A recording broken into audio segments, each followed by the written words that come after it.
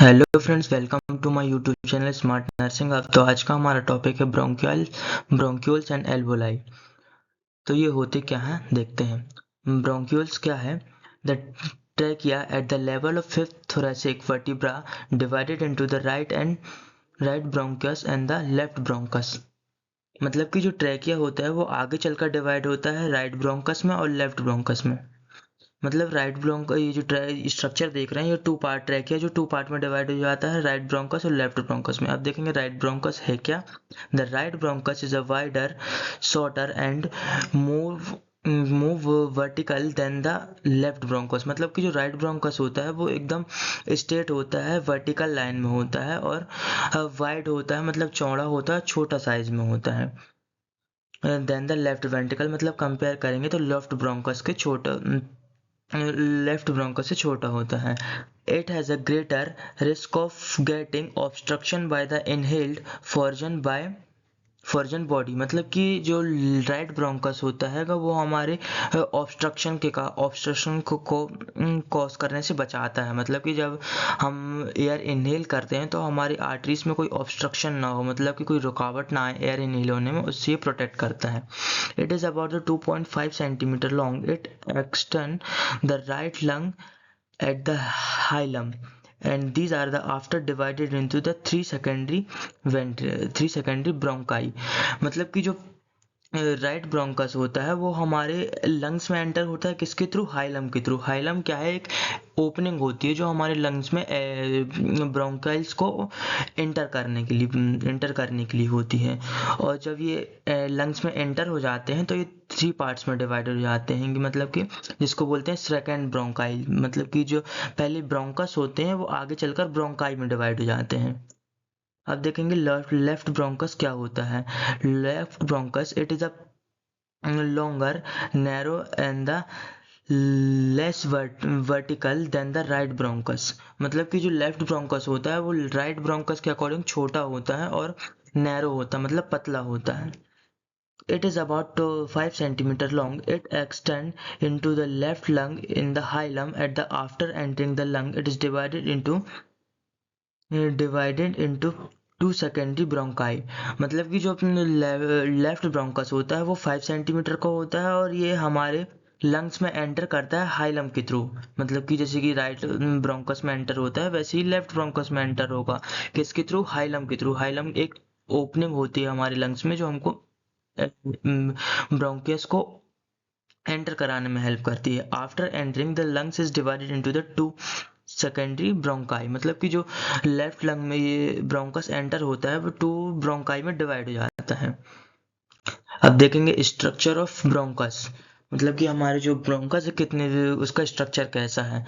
The wall of bronchi has been the same structure that is of the trachea. मतलब कि जो bronchus होते हैं वो सेम दिखते हैं हमारे ट्रैकिया की तरह। It is line by the cartilage कॉलमन epithelium. मतलब कि इसकी जो लाइनिंग्स बनी होती हैं वो किससे बनी होती हैं? कार्टिलेज कॉलमन एपिथीलियम टिश्यू से बनकर होती हैं, मिलकर बनी होती हैं। The ब्रोंका is further divided into the sub divided into the bronchioles, terminal bronchioles, respiratory bronchioles, alveoli, ducts and finally form of alveoli. मतलब कि जो ब्रोंकस है वो आगे चलकर किस चीज में डिवाइड होता है?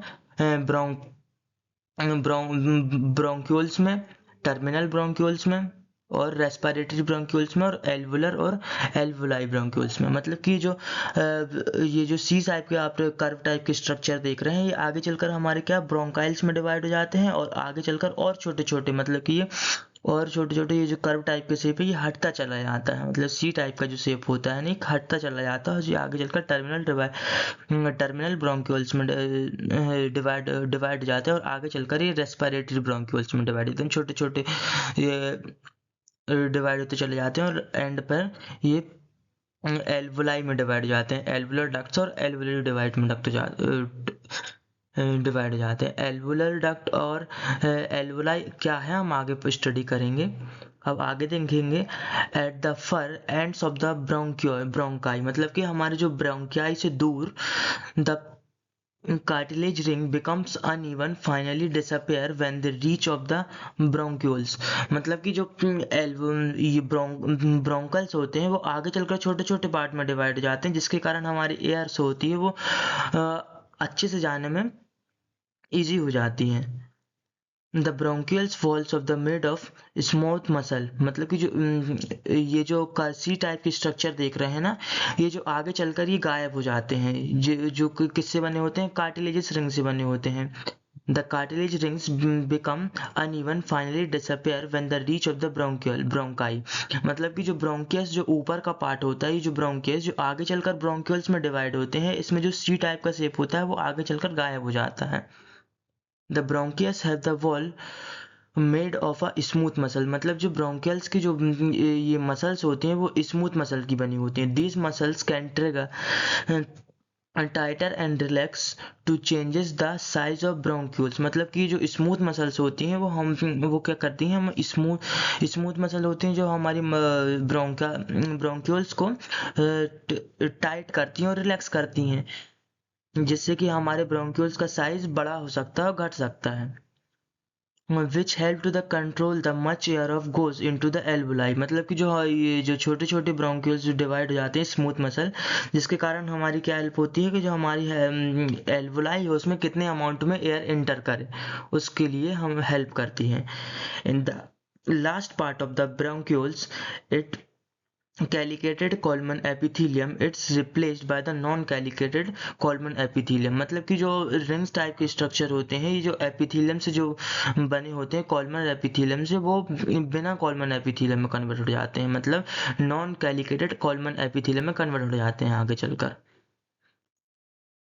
द आगे देखेंगे the loops of the lungs is composed of the alveolar and each lobules are supplied by the terminal bronchioles. मतलब कि जो लंग्स क्या 3 टाइप के लूप से मिलकर बना होता है। जैसे राइट लंग्स होता है superior loops, middle loops and lower loops. ऐसे लेफ्ट लंग होता है जो 2 लूप से बनकर होता है, superior loops and lower loop से। अब उन लूप्स में क्या होता है, छोटे छोटे ब्रोंक्यूल्स होते हैं जो हमारे हर एक लूप्स में जाकर एंटर करते हैं, जिनको बोलते हैं terminal bronchioles.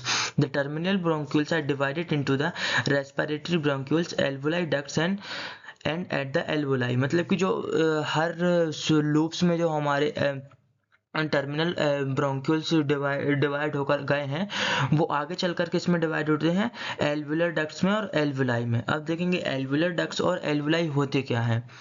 The walls of alveoli and the alveolar ducts is lined by the thin layer of simple स्क्यूमस epithelium. मतलब कि जो छोटे छोटे आप जो सर्कल देख रहे हैं, इनको बोलते हैं एल्वुलर डक्ट्स और एल्वुलाई।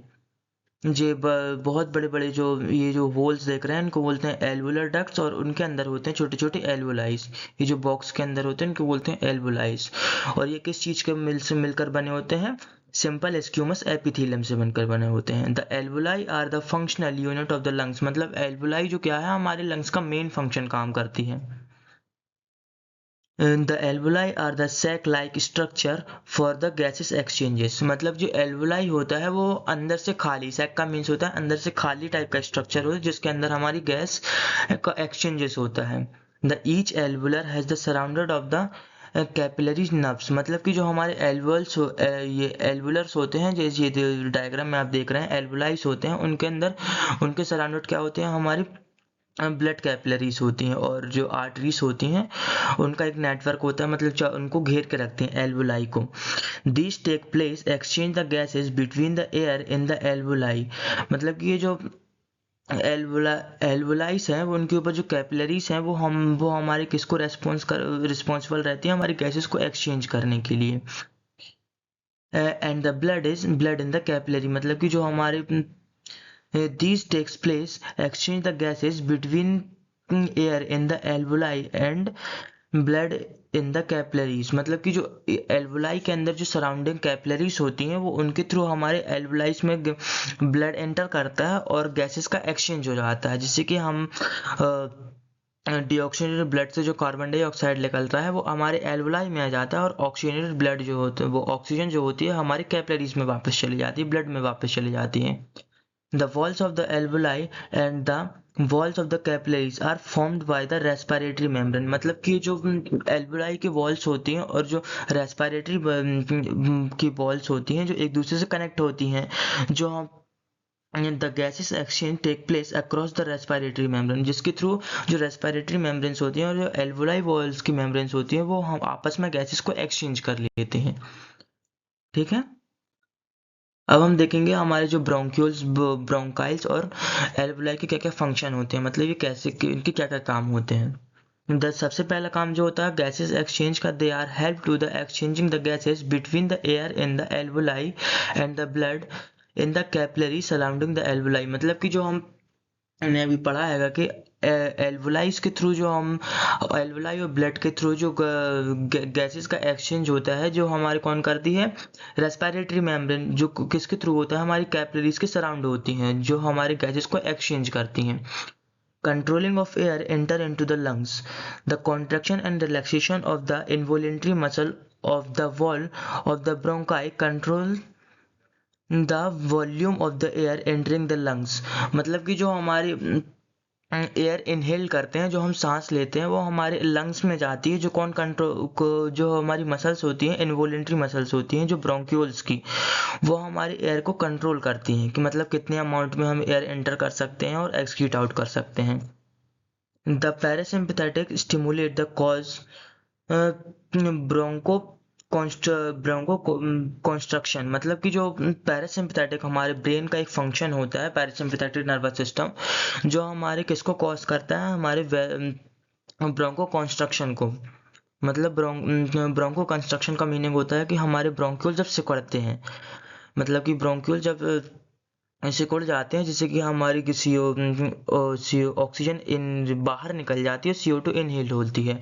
और sympathetic stimulate the cause of vasodilator bronchodilator, मतलब कि जो सिंपैथेटिक नर्वस सिस्टम हैगा वो हमारे किसको कॉज करता हैगा, हमारे ब्रोंक्यूल्स को रिलैक्स कराने में, मतलब ब्रोंक्यूल्स को डायलेट कर देता है, फैला देता है। फिर से इजी लैंग्वेज में समझते हैं, मतलब कि जो हमारे लंग्स को एयर एंटर और एग्जीट आउट करती है वो कौन करते हैं, हमारी सिंपैथेटिक और parasympathetic nervous system. Parasympathetic nervous system हमारी ब्रेन का पार्ट होता है और सिंपैथेटिक नर्वस सिस्टम भी। तो पैरासिम्पैथेटिक नर्वस सिस्टम क्या काम करता है, हमारे जो ब्रोंकस होते हैं, जो छोटे छोटे एल्वुलाइस होते हैं, ब्रोंक्यूल्स होते हैं, उनको रिलैक्स कराता है, उनको कॉन्टैक्ट कराता है। पैरासिम्पैथेटिक नर्वस सिस्टम हमारे ब्रोंकोस को कॉन्टैक्ट कराता है जिससे कि हमारी ऑक्सीजन जो है कार्बन डाइऑक्साइड जो है हमारी एल्वुलाई से और हमारे लंग से एक्सक्रीट होकर हमारे बॉडी से बाहर जाए। और पैरासिम्पैथेटिक क्या करता है, हमारे ब्रोंक्यूल्स को डायलेट करता है, मतलब फैला देता है जिससे कि एयर हमारे अंदर आ जाए, हमारे लंग्स में अच्छे से एयर एंटर कर सके। अब देखेंगे warming and humidification of air, मतलब कि जो हम एल्वुलाई होती हैं हमारे एयर को वार्म करती है और ह्यूमिडिफाई करती हैं। These air are the warmed and humidify the air passes through the respiratory track, मतलब कि जो एल्वुलाई और ब्रोंक्यूल्स होते हैं वो हमारे एयर को मॉइस्चर प्रोवाइड करती है और उसको हमारी एयर को गर्म करती है जिससे कि हमारे रेस्पिरेटरी ट्रैक में आसानी से पहुंचे। Defence against microbes in the alveolar level of the contains lymphocytes, plasma cell and the macrophage, मतलब कि जो हमारे एल्वुलाइज में होते हैं उनमें कुछ बार लिम्फ वेसल्स होती हैं और प्लाज्मा सेल्स जो होते हैं जो हमको माइक्रोब्स से प्रेजेंट कर माइक्रोब्स के माइक्रो ऑर्गेनिज्म से कुछ प्रोटेक्ट कराते हैं। They produce the antibodies against the antigen and they are pathogenic, मतलब कि जो हमारे एल्वुलाइज होते हैं वो हमको प्रोटेक्ट कराते हैं, किससे, अदर कॉज करते हैं, जैसे कि को हमारे इनहेल करते हैं तो कुछ कुछ एजेंट्स होते हैं जो माइक्रोब्स होते हैं जो हम एयर इनहेल करते हैं तो हमारे लंग्स में आ जाते हैं, उनसे हमको प्रोटेक्ट कराते हैं। कौन, डिफेंस ऑफ मैकेनिज्म, जैसे कि हमारे लंग एल्वुलाइज में क्या क्या प्रेजेंट होते हैं, एंटीजेंस प्रेजेंट होते हैं, कुछ पैथोजेनिक और एंटीबॉडीज प्रेजेंट होती हैं जो हमारे लंग्स को प्रोटेक्ट कराती हैं, किससे, माइक्रो ऑर्गेनिज्म से, जिससे कि हमारे लंग्स में कुछ बैक्टीरिया ना बने, इन्फेक्शन ना फैले। ठीक है, यदि आपको वीडियो अच्छा लगा हो तो so please subscribe my channel and thank you so much for watching.